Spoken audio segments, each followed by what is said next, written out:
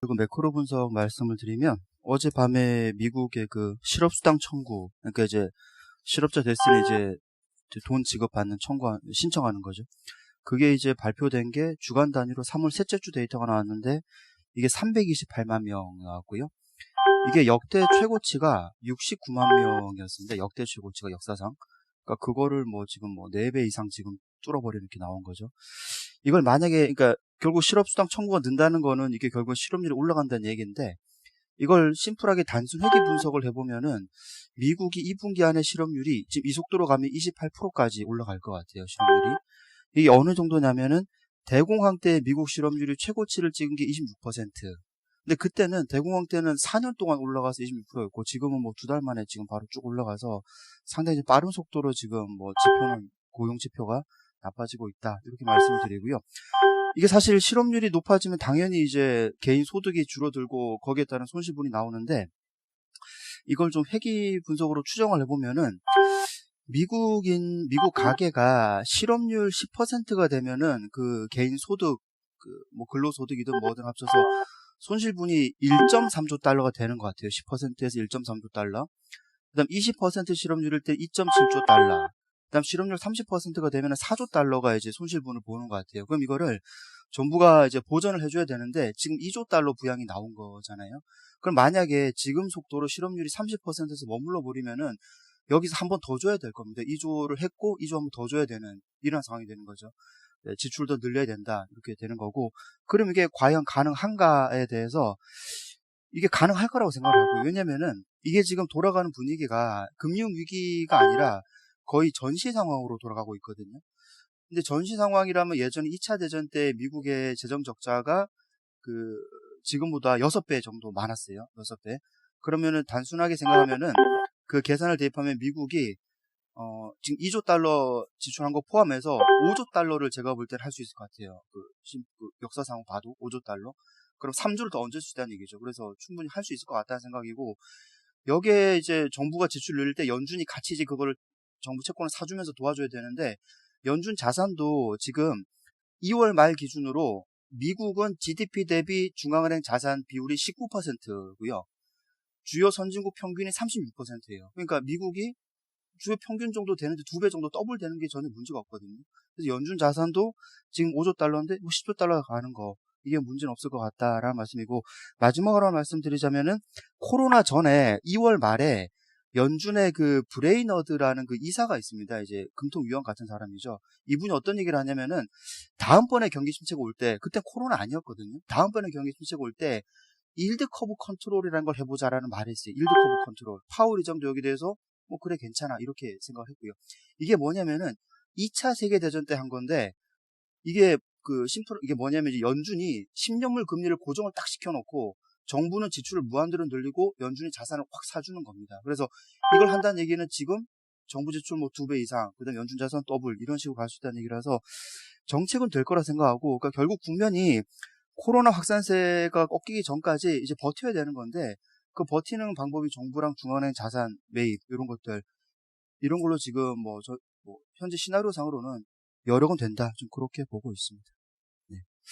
여기까지. 여력은 되는데 네. 이렇게 재정 지출해서 결국 하면은 그 대공황 때 잡힌 것처럼 그냥 시간이 걸릴 것인지 아니면 단기간에 극복 가능할 것인지 이것도 중요한 거잖아요. 그렇죠. 예. 그 부분에서 제가 생각할 때 이게 포인트가, 그러니까 정부 지출을 사실 이 정도로 세게 해주면은 지표는 올라올 것 같은데 관건이 인플레이션이 올라올 거냐 여부일 것 같아요. 그러니까 왜냐면은 이렇게 정부 지출 늘리고, 그러니까 제 말씀대로 만약 시나리오를 했는데 인플레이션이 올라오면은 이게 지금 정부 지출 늘어서 나중에 문제가 부채가 느는 거잖아요. 인플레이션이 올라와주면 실질 부채가 줄어들어 버리거든요. 그래서 그러면 이제 해결이 되는데, 그게 아니라 계속 인플레가 헤맨다. 뭐 1, 2년 지난 뭐 내년 말 이후에도 인플레가 안 올라온다. 그러면 이거는 좀 상당히 좀 장기 둔화로 볼 수 있을 것 같습니다. 예, 다음 순서 이제 주간 투자 전략. 예, 김병현 위원입니다. 네, 앞서서 말씀 주신 거에다가 추가적으로 다음 주에는 이제 지표들이 많이 나오죠. 미국 같은 경우에는 전월 대비 이제 급락할 수 있는 이런 예고치들이 있고요. 중국은 오히려 빠른 회복을 나타내는 이런 지표들로 좀 엇갈리게 나올 것 같습니다. 예를 들어서 ISM 제조업이나 비제조업 같은 경우에는 전부 다 이제 50을 하회하는 이런 모습들이 나타날 수 있을 것 같고요. 실업률이 가장 이제 중요하겠죠. 이런 부분들이 3.9% 정도로 나올 것으로 예상하고 있습니다. 중국은 상당히 이제 빠르게 올라올 것 같고요. 한국 수출은 지금 블룸버그 컨센은 안 나오는데 저희 이코노미스트는 한 마이너스 2.1 정도 예상하는 이런 상황들입니다. 다음 주에 예정되어 있는 것들이 G20 회의도 있고요. 중요한 것이 아무래도 정치 외교적으로 트럼프가 유가를 어떻게 해결해 내느냐 부분인 것 같습니다. 그래서 이런 부분들이 이제 진행이 되고 있다라고 이제 얘기를 하고 있는 이런 상황들인데, 일단은 미국의 협상력이 좀 약하지 않느냐 이런 관측들이 좀 있고요. 다만 이런 G20 회의가 있는 상황에서 이런 샥이 있는데도 치킨 게임을 지속한다라고 하면 또 사우디의 글로벌 정치적 입지 악화가 부담 요인이다. 그리고 미국도 일정 부분 카드가 좀 있지 않겠느냐 이런 상황에서 공급 쪽에 대한 이런 충격은 일정 부분 좀 해소하는 이런 부분들이 기대되는 이런 상황들이고요. 반면에 이제 수요 측면에서는 미국의 이제 휘발유 가격이 갤런당 41센트이고 인도도 이제 그 석유 수입 3위 국가인데 수요 측면에서 인도가 인도금리를 내렸기 때문에 그런 부분들이 이제 좀 제한이 될 거다 이렇게 좀 판단을 하고 있습니다. 다음 주에는 그런 이슈들이 좀 있을 것 같고요. 한 페이지 넘겨서 5페이지 보시면 이제 급락 이후 반등을 시현했습니다. 아무래도 잘 아시는 대로 페드와 그 정부가 정책들을 상당히 이제 강하게 내놓고 있기 때문에 이런 것들이 이제 공포심리 완화 요인입니다.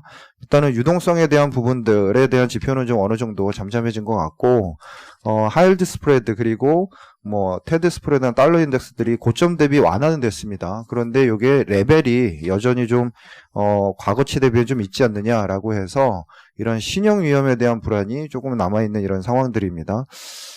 달러가 100포인트를 하회했기 때문에 그 부분은 조금 이제 긍정적으로 볼 수 있겠지만 보통 이제 저희가 신흥국 대비 달러화 지수로 보면 3월 들어서 한 7.6% 상승을 했거든요. 이 부분이 내려와 주는 것이 지금 시장에서 계속 걱정하고 있는 외국인 순매도가 잦아들고 순매수로 전환할 수 있는 그러한 트리거가 되지 않을까 이렇게 생각을 하고 있습니다. 일단 보통 이제 되돌림의 목표치는 하락의 이제 절반폭이 한 50% 정도인 1850 정도에서 1830 정도를 이제 1차 목표선으로 이제 잡고 있고요. 그 다음부터는 이제 좀 국가별로 차별화 될 거다라고 보고 있습니다. 말씀드렸던 달러와 크레딧 스프레드 상황이 중요하고, 그리고 우리가 아직 확인하지 못했던 이런 어닝에 대한 숫자들을 보면서 조금은 쉬었다 다시 가고 이런 모습들이 좀 나타날 수 있을 것 같습니다. 최근에 또 그 업종별로 보면 질문을 많이 주시는 게 이제 가장 이제 저 바닥에 있는 저평가주들이 이제 하루 이틀 정도 올라오기 때문에 이게 시장의 색깔이 변화하는 거 아니냐. 그러니까 떨어질 때는 보통 TMT나 이런 것들을 많이 들고 계셨고, 올라올 때는 그런 부분들이 여전히 이제 계속 비중을 유지하고 있는데, 상당히 이제 저퍼주들이 올라오니까 올라올 때도 지금 BM 대비해서는 상황이 그렇게 좋지 않은 이런 상황들입니다. 다만 이제 이렇게 생각을 해볼 수 있는 거죠. 지금의 이런 일시적인 어떻게 보면 단기에 이제 리세션이 딱 온 이런 상황인데 시장의 색깔이 변하겠느냐, TMT에 대한 패러다임이 변하겠느냐라는 것들을 생각해 보면 오히려 지금의 상황은 이런 패러다임이 다양화되고 활성화되는 코로나19 때문에 그러한 요인이거든요. 그러면 패러다임의 변화로 보기보다는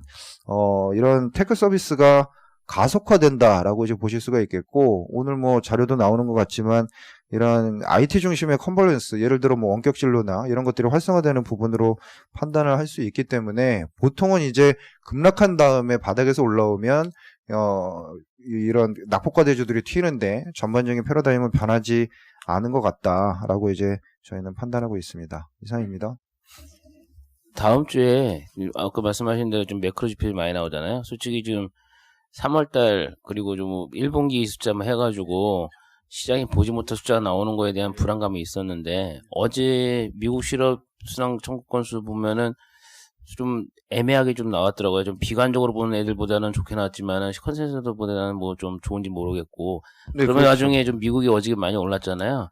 그럼 다음 주에 나오는 지표들에 대해서도 시장이 좀 내성을 갖고 뭐 큰 충격 없이 변동성은 좀 약화되는 국면으로 갈 것인지가 좀 궁금할 것 같은데. 그게 이제 약간은 케이스 바이 케이스 있을 것 같은데 어제 보셨듯이 컨센 대비해서 얼마 나왔느냐 이런 부분들이 이제 중요할 것 같고 또 하나는 어제 이제 얘기 나온 게 부양책으로 이미 미리 좀 대비를 한 이런 상황이다라는 게 시장에 좀 긍정적으로 작용을 한 것 같습니다. 다만 앞서서 매크로에서도 얘기를 해주셨지만 요 지금 준비한 부분이 한 4개월 정도에서 5개월 정도 견딜 수 있는 부분이기 때문에 추가 지표가 악화되면 추가적으로 이런 규모가 더 필요하지 않겠느냐. 특히나 뭐 이런 실업수당 같은 경우에도 이게 결국에는 기승전 코로나19가 언제까지 지속될 거냐로 다시 귀결이 되는데 한 3, 4개월 정도 있고 그 다음에 이게 완화가 되면은 지금 정도에서 이제 뭐 충분히 해결이 하겠지만 이게 이제 3분기 쪽으로 넘어가게 되면은 추가적으로 규모를 훨씬 더 늘려가지고 막아줘야 되지 않겠느냐 이런 이제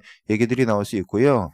만약에 컨센 대비해서 추가적으로 이게 이런 부분이 약화가 되면 단기적으로 이제 뭐 그거에 대한 우려는 있을 수 있겠지만 그만 말씀드린 추가 부양 규모라든가 아니면은 마지막으로 거의 남아있는 하이힐드 채권에 대한 이런 매입도 당위성이 좀 올라가는 이런 부분들도 생각해 볼 수도 있는 이런 상황들이거든요. 그래서 약간은 그때 나오는 컨센 대비한 이런 숫자들이 약간 케이스마다 조금씩 다르게 시장을 좀 반응할 거다라고 보실 수도 있을 것 같습니다. 안기태님 그 다음 주 나오는 데이터 중에 가장 주목해야 될 그 시장에서 좀 민감하게 반응할 걸 뭘로 보시나요? 좀 미국 실업률로 봐야 되나요? 아니면은 뭐 어떻게 좀 봐야 되나요? 뭐 이제 다 중요한 지표들이긴 하고요. 그 중요도들이 높은데 혹시 이게 어떻게 했냐면 3월 31일에 중국 국가통계청에서 PMI를 이제 내거든요. 그러니까 중국은 PMI를 정부에서 내는 게 있고 그다음에 민간 업체 마켓이라는 데서 내는 게 있는데 국가통계청에서 먼저 이제 내요. 3월 31일 화요일 10시에. 근데 이게 시장 컨센이 올라오는 걸로 나와요, 지금. 그러니까 다른 나라들은 지표가 어쨌든 3월 데이터들이 다 빠질 거라 보는데 중국은 올라갈 거다라고 시장 컨센이 잡히는데 이걸 가지고 어떻게 해석할 건가가 그러니까 좀 뭐 주국 중에 제일 먼저 올라가는 거 이게 지금 해석이 되고 이게 조금 만약에 좀 뭐 의미 있게 뭐 올라간다고 치면은 예를 들어 09년 같은 경우에 09년에 미국의 GDP는 1분기, 2분기까지가 마이너스 성장이었거든요. 침체. 근데 제조업 PMI들은 1, 2월 데이터들이 돌아서면서 그게 좀 반향을 일으켰거든요. 그래서 이 부분에 대한 해석, 뭐 이게 좀 제일 일단 의미가 있지 않나 싶습니다. 예, 그 다음 순서는 이제 전력인사이드 박인금 장재영입니다. 중국 최근 한 달 동안 각종 부양 정책들이 많이 나오고 있지만 중앙정부가 공무원 상무회의, 정치국 회의에서 제일 많이 나왔던 단어는 신형 인프라입니다.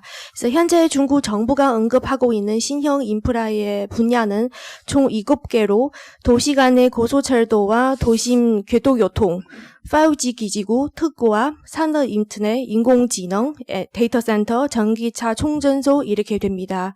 근데 중국 정부가 왜 하필 현 시점에서 신형 인프라를 강조하는지를 생각해보면 그 이유는 첫 번째로 신흥 산업이 중국 성장의 원동력이 되고 있습니다.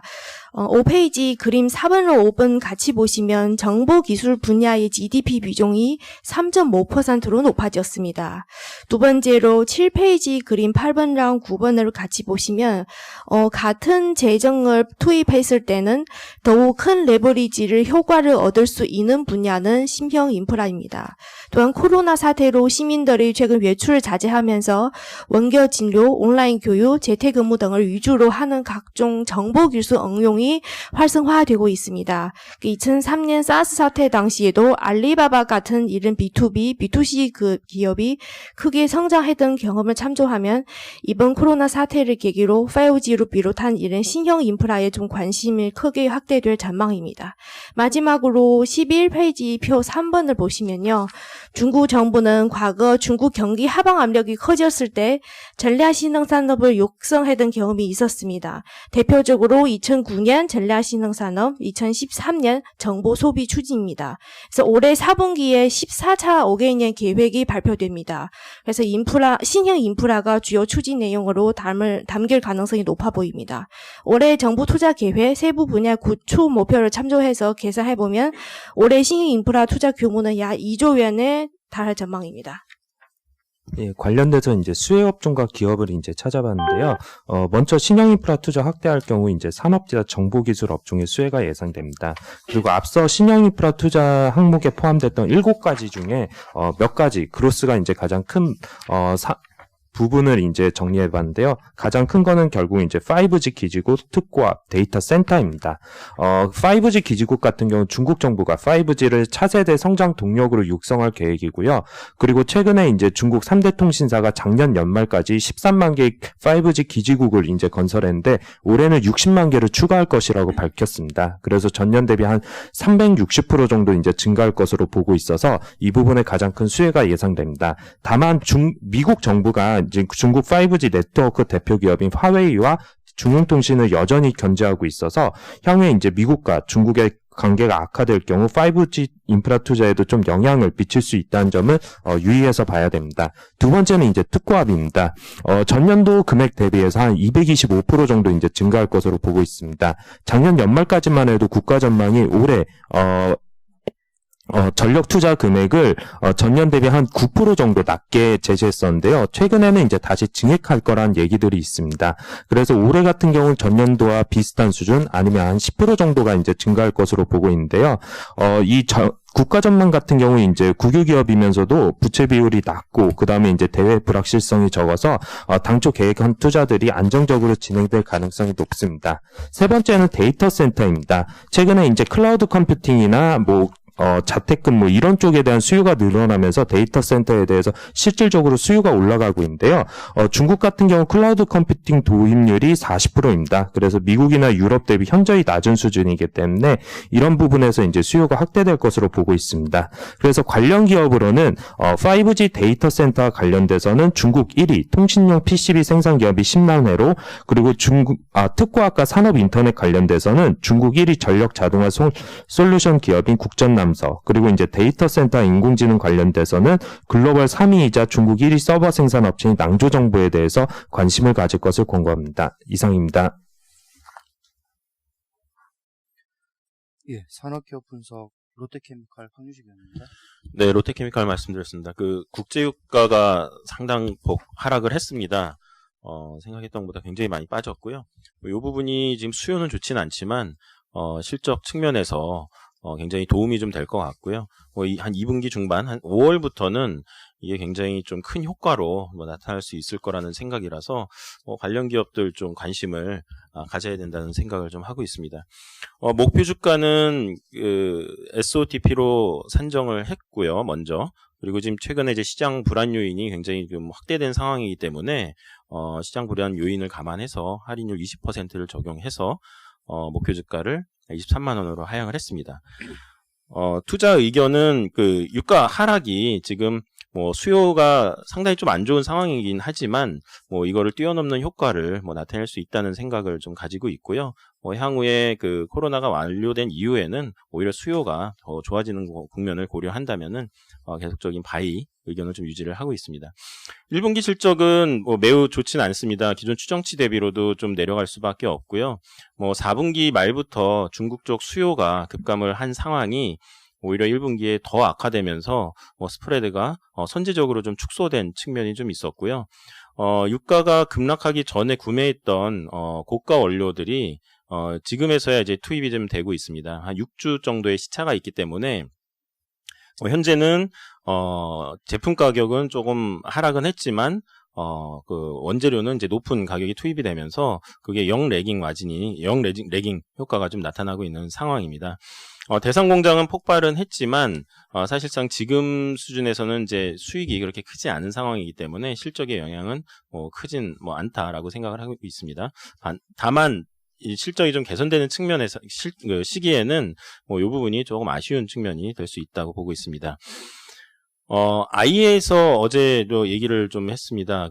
원유 수요가 자유낙하를 하고 있다. 그래서 유가가 오늘 밤에도 어젯밤에도 이제 크게 좀 하락한 측면이 있고요. 사실 4월 1일부터 사우디와 그러니까 UAE가 증산을 좀 시작을 합니다. 그래서 뭐 그런 거를 뭐 고려를 한다면은 일단은 이제 원유 가격 약세가 조금 더 지속되는 게 좀 가시적이지 않느냐라는 생각을 좀 하고 있습니다. 마찬가지로 이렇게 이제 수요가 악화된 게 이제 석유화학 쪽에서도 이제 수요 악화 둔화로 좀 나타나겠지만 뭐 유가 하락이 실적 측면에서는 상당 부분 좀 만회를 할 수 있는 상황이라고 보면 될 것 같습니다. 낮아진 유가는 그 4월 말부터 이제 그 원재료로 좀 투입이 될 걸로 좀 보고 있습니다. 제품 가격이 사실 이제 이게 이제 뭐 불황용 흑자라는 좀 얘기도 할 수 있는데, 그거랑은 조금 다른 게 제품 가격은 원가 하락만큼 빠질 수 없는 게 지금 석유화학 쪽 산업의 좀 구조라고 보면 될 것 같고요. 이게 결국엔 그 셰일가스가 감산이 되기 때문에 가스 쪽 원재료의 가격 하락이 뭐 크진 않습니다. 그리고 앞으로는 이제 이쪽 가격이 오히려 올라간다면은 제품 가격을 상당 부분 지지하는 그 효과가 있기 때문에 우리는 이제 원가 하락 수혜를 상당 부분 좀 누릴 수 있는 게 될 것 같고요. 공급 측면에서 말씀을 드리면 일단 뭐 앞으로 공급 계획이 이제 가스 원료 중심으로 지금 계획이 잡혀 있습니다. 대다수가 그걸로 잡혀 있고요. 지금과 같은 저유가 그리고 셰일가스가 감산으로 지금 들어가는 모습이 나오면 이 신증설 계획이 대다수가 지연되든지 아니면 취소될 가능성이 굉장히 높아 보입니다. 그래서 과잉 우려는 점진적으로 완화되는 모습으로 좀 갈 것 같다라고 좀 보고 있고요. 뭐 관련 요런 이제 내용들은 사실 지난주 금요일 날 사실 발표를 했기 때문에 레포팅을 했기 때문에 좀 자세한 내용을 참고를 해주시면 될 것 같고요. 2분기에는 여전히 뭐 수요 환경은 굉장히 좀 좋지 않다는 생각을 좀 하고 있고요. 다만 유가 하락 영향으로 영업이익이 상당 부분 좀 회복이 좀 가능할 거다. 이렇게 좀 보고 있습니다. 추가적으로 이제 대상공장을 지금 폭발 사고했고 지금 정밀 조사가 시작이 되고 있는데요. 사실 개인적으로는 이 정상 가동하는 데는 시간이 좀 상당 부분 좀 걸릴 것 같습니다. 그래서 완전 가동은 올해는 좀 어렵지 않느냐라는 이제 개인적인 판단을 하고 있고요. 내년 초 되면은 이제 완전 가동을 하면서 실적의 한 축이 다시 좀 되돌아오지 않겠느냐 이런 판단을 하고 있습니다. 이상입니다. 대한공장은 그럼 전체 캐파의 몇 %가 좀 돌아가고 있는 거예요? 이게 그 매출액 기준으로 보면은 지금은 유가가 많이 빠져서 조금 다른데 전사 매출액의 한 20%, 한 22%가 대상공장에서 나온 거라고 보면 될 것 같고요. 그 제품들의 마진율이 현재는 거의 로우 싱글, BEP에 가깝고 실적 개선될 때는 이게 마진율이 올라가기 때문에 그 부분을 놓친다는 게 좀 아쉽다라고 보면 될 것 같고요. 지금 컨퍼런스 콜을 이번 주 진행을 했는데 그 다운스트림은 일부 가동은 하고 있습니다. 이제 원재료를 외부에서 구매를 해서 가동을 하는데 그 규모가 대충 계산을 해보니까 한 30% 정도 좀 되는 것 같아요. 근데 이제 원료를 구매해서 만든다면은 사실 수익성이 이전과는 좀 다르기 때문에 정확한 계산은 어렵지만 어찌됐건 맥스치 매출액은 이제 22%가 없어진 거고 다운스트림 가동을 통해서 만회하는 모습이라고 보면 될 것 같습니다. 지금 유가 하락으로 원가가 개선되는 거는 이해가 되는데 이제 탑라인이 매출액이 30%씩 거의 30% 가까이 하향됐는데 영업이익은 증가로 추정했잖아요. 네네. 네, 영업이익은 상향 조정했는데 그걸 좀 설명하시죠. 사실 이게 지금 스프레드 싸움이라고 보시면 될 것 같고요. 그러니까 판가는 이제 제품 그 원재료 가격에 좀 연동을 하다 보니까 유가에 얹혀서 움직이는 그런 측면이니까 이게 올라가면 같이 올라가고 내려가면 같이 내려가는 그게 이제 판가고 매출액이고요. 그 갭이 벌어지느냐 축소되느냐 이게 이제 영업이익이라고 보면 될 것 같은데요. Q 영향은 없나요? 수요 부진. Q는 현재까지는 그렇게 크지는 않은 상황인 것 같아요. 지금 한 10% 정도 지금 그렇고요. 다만 이제 2분기, 3분기까지 지속되면은 이제 재고를 좀 쌓아놨기 때문에 Q가 감소할 영향은 있습니다. 그런 건 있는데 일단 스프레드 측면에서는 이제 원가로 좀 보면 될 것 같고요. 그리고 Q 측면에서는 글로벌 총 수요가 감소하는 거고 사실 이 국내 기업 같은 경우는 수요가 부진하면은 또 다른 시장에 가서 그걸 밀어내는 게 이제 타 기업 대비 좀 우수한 그런 상황이라서 Q 감소는 뭐 최소화될 수 있는 기업이라고 보면 될 것 같고요. 페이지 7번을 보시면은 이게 이제 그 제품별 스프레드를 좀 그려놨는데요. 그러니까 사실 요 스프레드가 그냥 이익이라고 좀 보시면 될 것 같아요. 아까 매출액은 이제 제품 가격, 그러니까 유가에 얹혀져 있는 제품 가격이 형성하는 거고, 이제 그 유가와 제품 가격의 갭, 그게 이제 스프레드고, 요 스프레드에서 그 적정 비용을 차감한 게 이제 영업이익이라고 보면 되기 때문에, 뭐, 이익이 사실 이번에는 좀 올라가는 구조라고, 생각이 되고요. 뭐, 제품 가격이 더 떨어질 수 있지 않느냐, 뭐, 이게 사실은 가장 이제 궁금한 부분인데, 요거는 사실, 가스 크래커가 글로벌리 한 절반 정도 비중이기 때문에, 뭐, 요쪽에서 사실 제품 가격을, 상당히 좀, 저항을 합니다.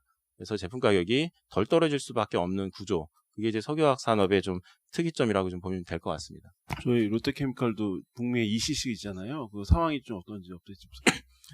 예, ECC 지금 가동이 되는데, 일단 뭐 2분기에 뭐 정기 보수가 뭐 일부 있어요. 그래서 뭐 그게 뭐 출하량이나 이런 부분에서 이제 실적은 좀 떨어질 수밖에 없고, 제품 가격이 내려갔죠. MEG 같은 경우 제품 가격이 내려갔는데, 뭐 이쪽 가스 가격은 그만큼 못 내려갔습니다. 그래서 이쪽 그 미국 ECC 같은 경우는 영업이익이 좀 소폭 축소되는 그림이라고 보면 될 것 같고요. 작년에 이제 가동을 시작을 했기 때문에 뭐 올해부터 이제 정상적으로 이제 풀가동 체제고, 그 예상했던 것보다는 마진율이 좀 내려가는 그림이라고 보면 될 것 같습니다.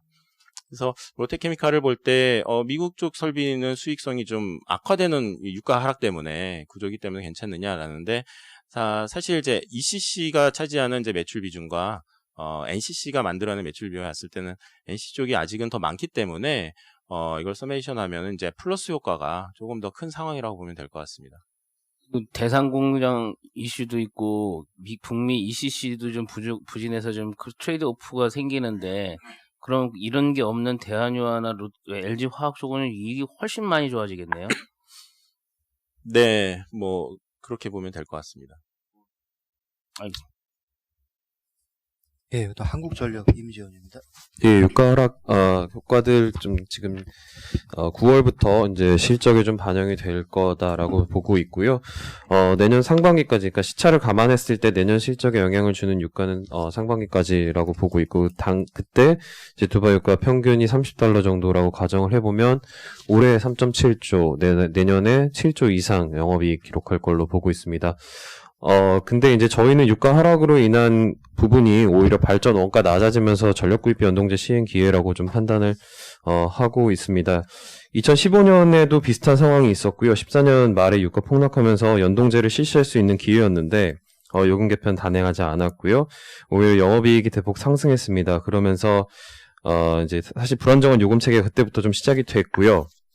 20년 동일한 상황 벌어지고 있고, 도매 가격 낮아지면서 연동제를 시행할 수 있는 적기라고 판단을 하고 있습니다. 이렇게 판단하는 근거 중에 이제 가장 큰 이유는 정부에서 연동제에 대한 부분들을 계속 검토를 하고 있는 상황이고, 그 다음에 6월에 한전이 요금 관련된 개편안을 마련을 할 예정입니다. 이때 연동제 관련된 부분을 작년 11월에 이제 컨설팅 업체들 통해서 좀 판단을 하고 경제성 같은 것들을 파악하고 있는 상황이고요. 그래서 이런 6월 달에 관련된 내용들이 나올 걸로 보고 있습니다. 그리고 왜 적기라고 판단을 하냐면, 일단은 연동제를 시행할 때는 처음에는 요금 인하를 하면서 연동제를 시행을 해야 이제 사회적이나 정치적 반발이 좀 적을 텐데, 지금은 요금 인하를 하면서 연동제를 도입할 수 있는 시기이기 때문에 이렇게 보고 있고요.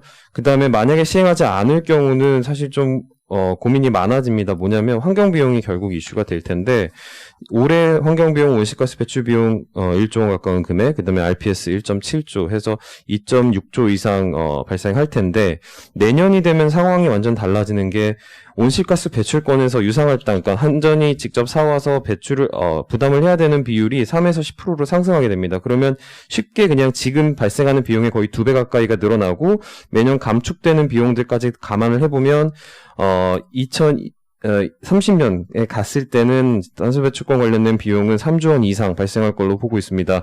거기에다가 RPS 비율은 매년 1%씩 올라가고 2030년에 28%까지 올라가게 되면 9조, 그래서 환경비용은 총 2030년에 12조 이상 발생할 걸로 보고 있습니다. 그러면 이런 부분들은 한전이 지금 현재 구조로, 그러니까 유가와 영불이 가더라도 감당할 수 없는 구조이기 때문에 요금 체계 개편은 반드시 필요하다라고 판단을 하고 있고요.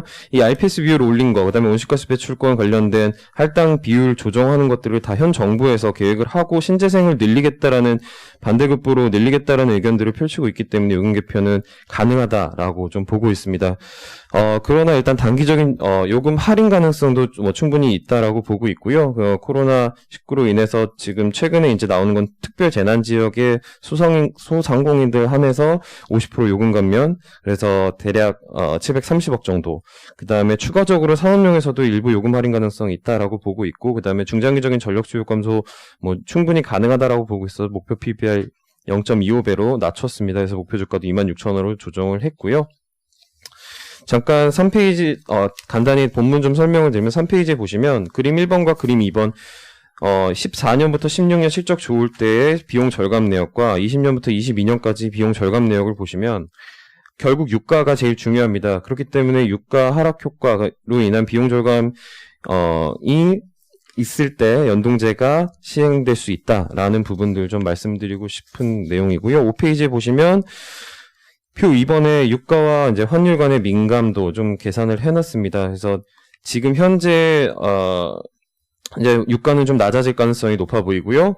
그다음에 이제 환율이 만약에 1,500원 이상 튀지 않는다면은 실적에는 긍정적인 상황이다라고 판단을 하고 있습니다.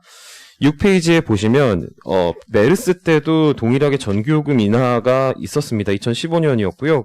그때 주택용 전기요금 완화, 여름철 할인이랑 복지 할인, 그다음에 산업용 요금 개편 이렇게 있었는데 당시랑 비교하기는 좀 직접적으로는 어렵다라고 보는 게 그때 영업이익 11.7조, 그다음에 12조, 그다음에 16년 11.7조 이렇게 나왔던 상황이거든요. 그래서 한전이 100% 부담을 했었는데 지금은 그렇지 못합니다. 그렇기 때문에 표 3번 보시는 것처럼 특별재난지역 소상공인 요금 경감해 주는 것도 정부 추경 예산안으로 지금 진행을 할 거고요. 그다음에 산업용 요금 개편이 나오더라도 절반 이상은 정부 지원 가능하다라고 보고 있습니다. 왜냐하면 이번 3월 겨울철 석탄 발전 가동 중단되는 것들도 정부가 거의 전액 보전하는 걸로 지금 가닥이 잡히고 있는 걸로 알고 있기 때문에 이런 코로나19로 인한 영향도 한전 부담보다는 결국 정부의 어떤 재정이 들어갈 거다라고 판단을 하고 있습니다. 그래서 결론적으로는 지금 요금 할인될 수 있다라는 우려들로 주가 좀 늘리고 있는데 이런 부분들은 좀 완화될 수 있다라고 판단을 하고 있고요. 그다음에 4월 총선, 그 다음에 6월, 한전의 전기요금 체계 개편안 발표되는 것들 좀 보면서 유가 하락으로 인한 실적 개선까지 좀 복합적으로 볼 수 있는 상황이다라고 판단하고 있습니다. 2014년에 전기요금 체제 개편 단행하지 않았던 이유가 어떤 뭐 산업통상자원부의 뭐 반대가 있었다거나 뭐 이랬었나요? 그리고 이번에 이제 6월에 요, 체제 개편안이 만약에 한전에서 얘기했을 때 산업통상자원부의 수용 여부 뭐 어떻게 보시나요?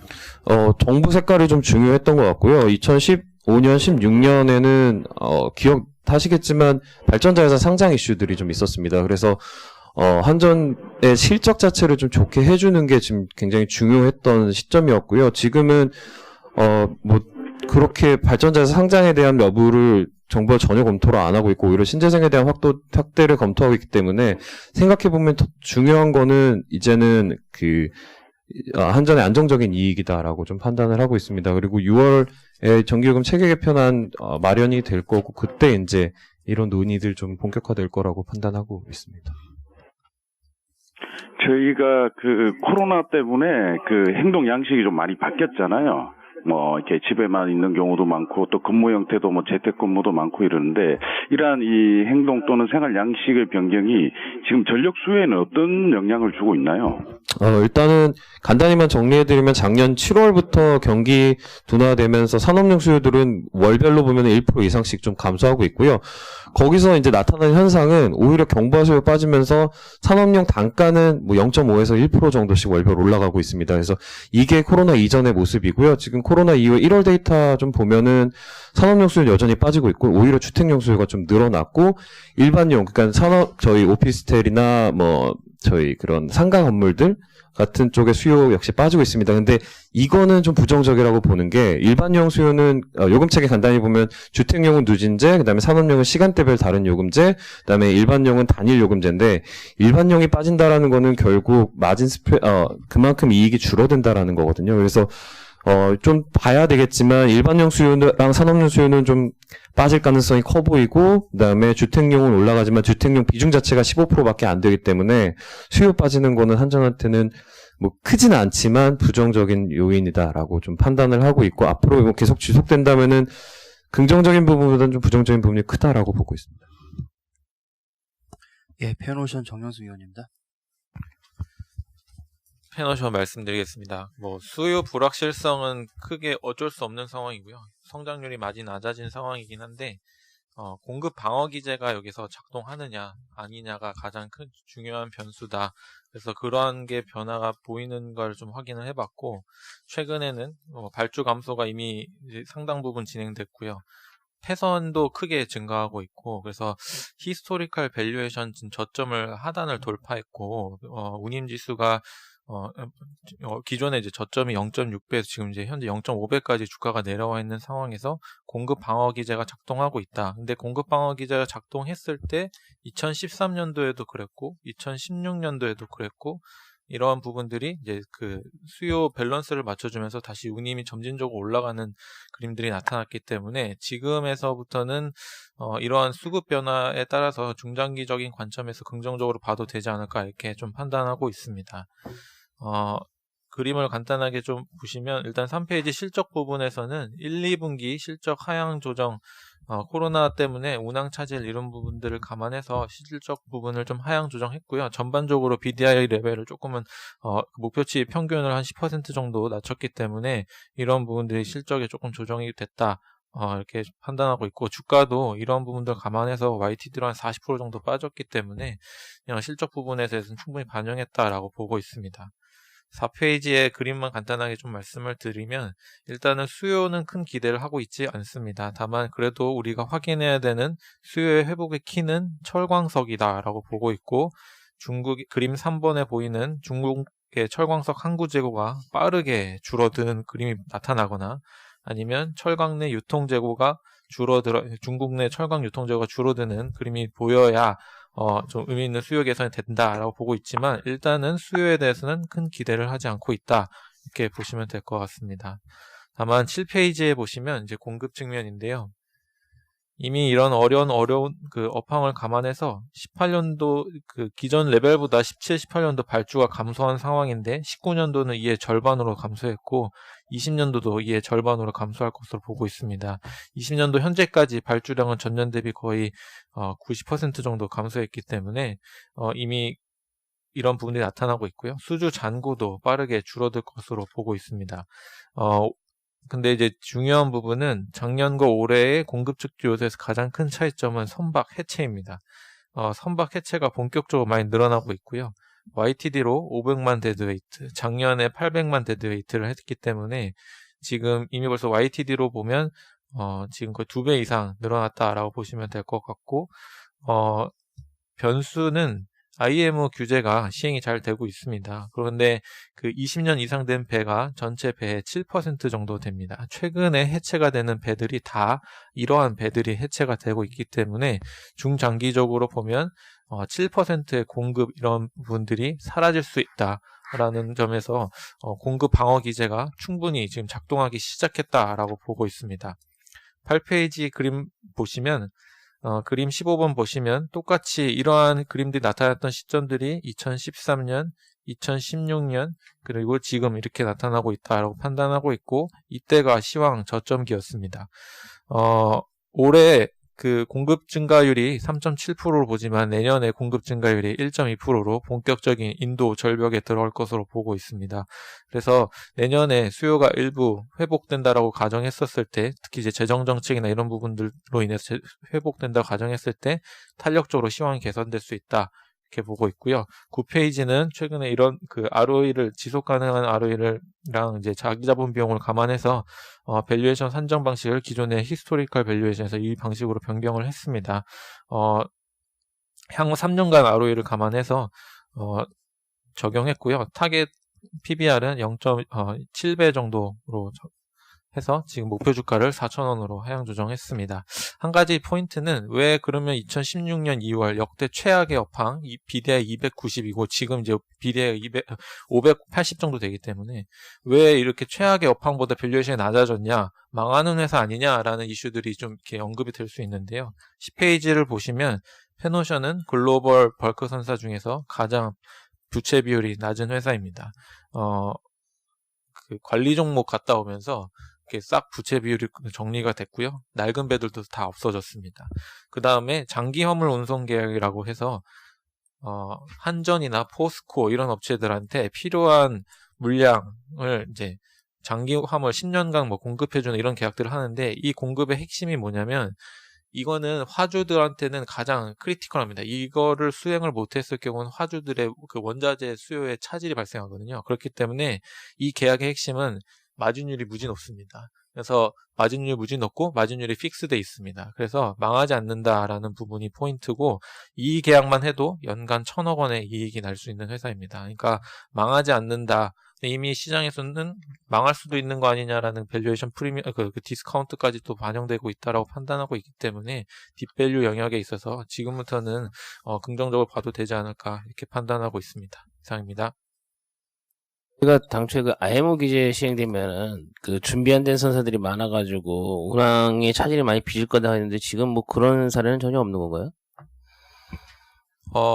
운항에 차질이 일어나고 있지는 않고요. 위반된 사례에 대해서 적발된 사례들이 좀 있습니다. 그래서 뭐 기름 공급에 차질에 문제가 있다고 보기는 좀 어려울 것 같고요. 그래서 사실 최근에 저유황유랑 고유황유 스프레드가 100불대까지 떨어졌습니다. 그러니까 시장에서 예상했던 250불, 300불보다도 훨씬 더 낮아져 있는 상황이니까 뭐 공급은 원활하게 잘 진행되고 있고 규제 시행도 잘 진행되고 있다고 보고 있는 게 맞을 것 같습니다.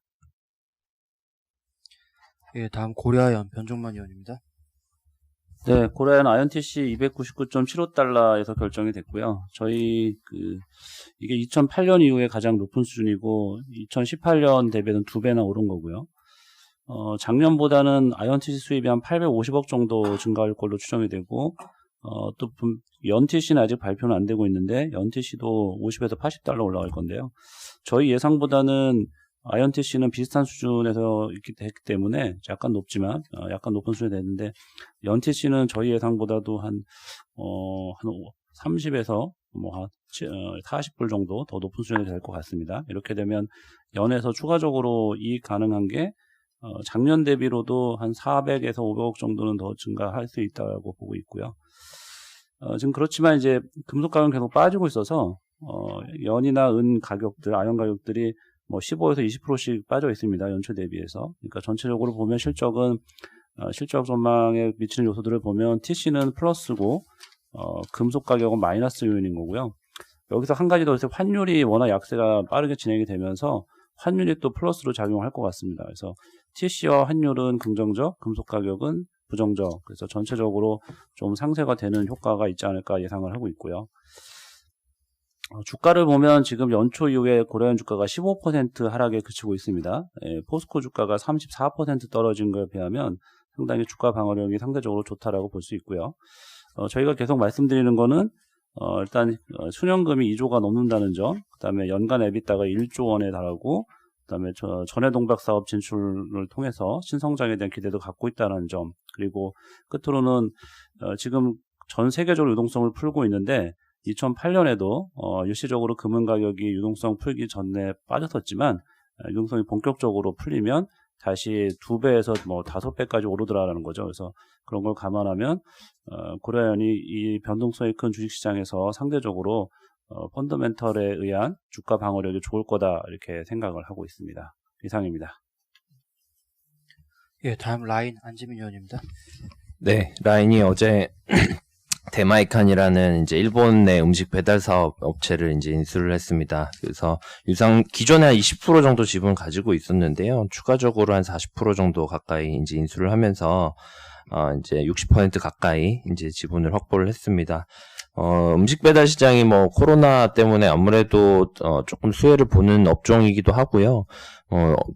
저희가 이제 많이 오토 이야기를 예전부터 많이 했는데, 좀 성장할 수 있는 산업 중에 하나로 이제 보고 있습니다. 특히 이제, 데마이칸이라는 업체는 이제 상장사인데요.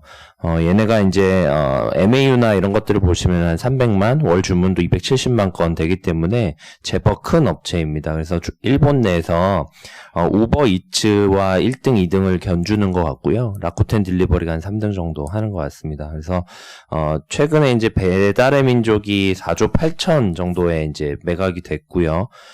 이게 가입자당, MAU당 가치를 보면 한 48만원 수준인데, 지금 일본 여기는 한 22만원 정도 수준의, M&A를 한 걸로 봐서는 저희는 좀 긍정적이다라고 판단하고 있습니다. 그래서, 라인이 어쨌든 지금 뭐 여러 가지 우려들이 있는데요. 일본도 올림픽 취소되고 이런 것들 때문에 이제 광고 시장 둔화 이런 것들이 있는데, 어쨌든 모바일 메신저는 여전히 순항하고 있고, 이는 결국 네이버 기업 가치 증가에도 좀 긍정적이다라고 판단하고 있습니다. 이상입니다. 예, 해외 주식 이슈 분석 자료입니다. 네, 해외 주식 원격 진료 관련 자료 말씀드리겠습니다. 나눠드린 자료 6페이지부터 보시면 되는데요. 저희가 말씀드린 원격 진료의 개념은 뭐 수술이나 시술을 포함하지 않는 원격 의료의 하위 개념이라고 보시면 되고요. 그래서 저희가 동네 의원을 방문했을 때 받는 그 정도의 이제 진료 내용이다라고 보시면 될 것 같습니다. 실제로 지금 우리나라 이제 보건복지부가 해외에서 입국하는 사람들에게 이제 어플리케이션을 깔아서 14일간 이제 건강 상태를 체크하고 있는데, 사실상 이런 것들이 현재 외국에서 진행되고 있는 원격 진료와 가장 유사한 모습이다라고 좀 보시면 될 것 같습니다. 그래서 11페이지 보시면 최근에 미국이나 중국에서 코로나19 공포가 좀 극대화될수록 관련 기업들의 주가가 상당히 좋았었는데요. 미국에서는 텔라닥 이런 기업들이 여전히 상승세를 계속 이어가고 있습니다.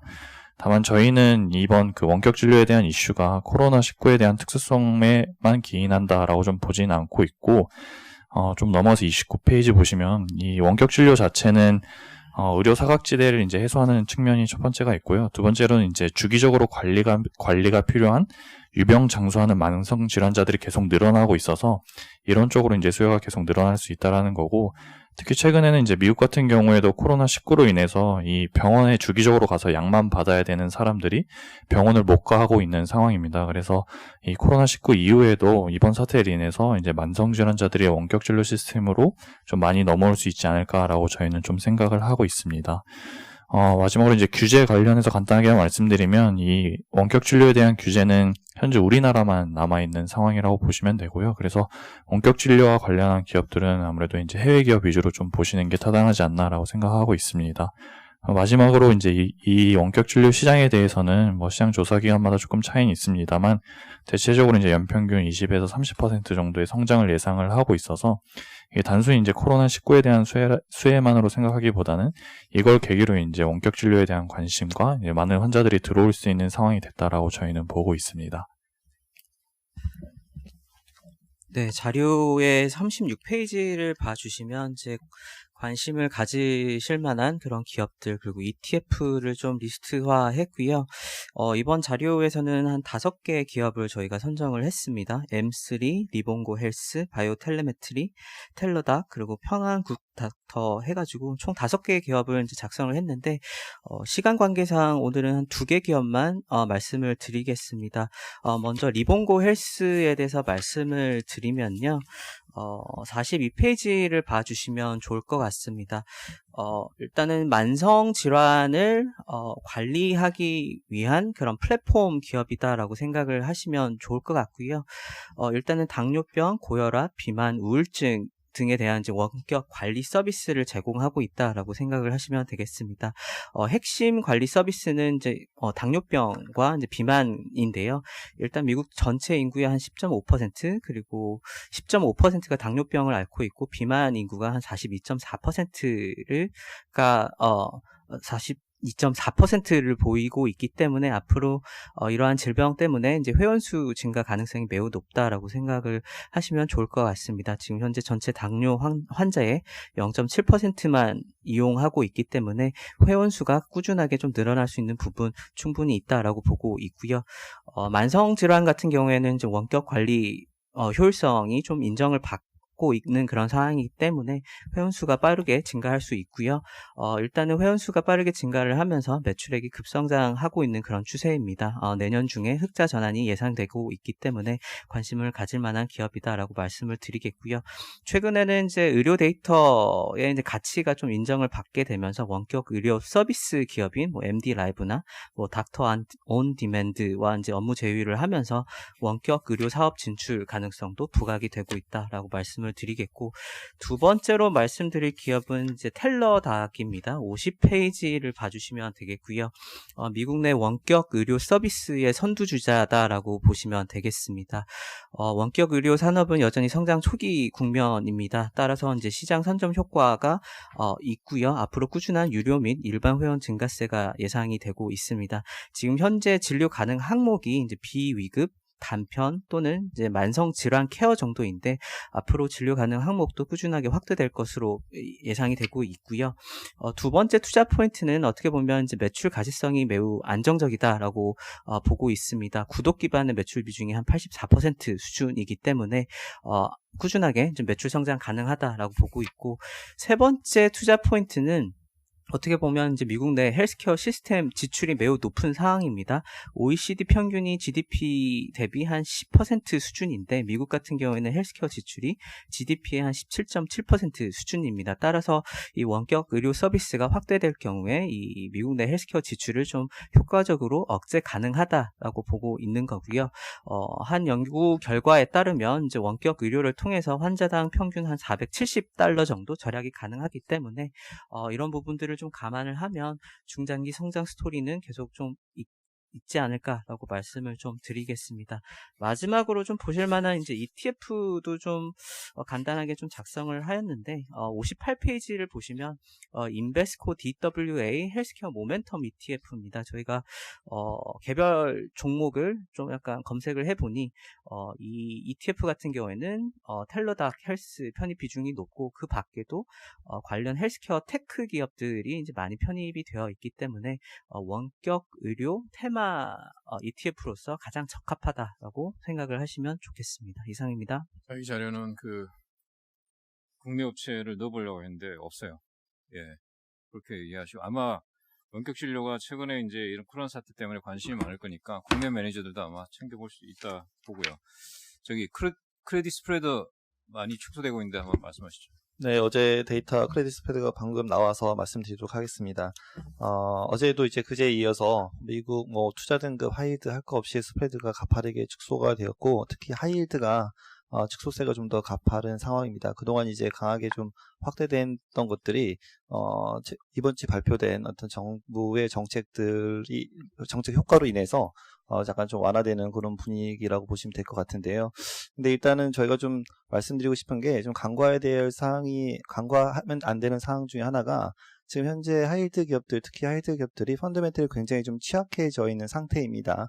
그래서 신용평가사들이 열심히 등급을 내리는 이유이고요.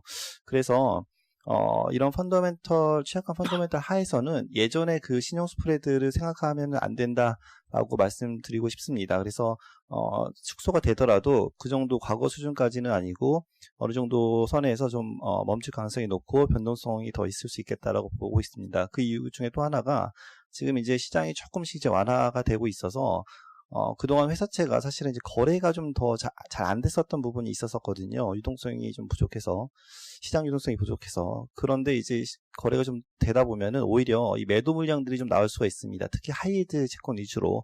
그럴 경우에는 하이힐드가 변동성이 좀 높은 모습을 보일 것으로 저희는 전망을 하고 있습니다. 크레딧 스프레드가 뭐 업종에 상관없이 전체적으로 축소되나 아니면 좀 눈에 띄는 업종이 있나요?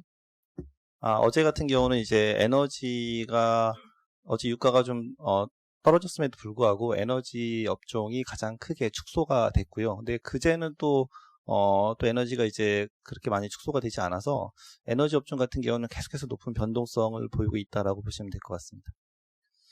예, 이상 모닝 미팅 마치겠습니다.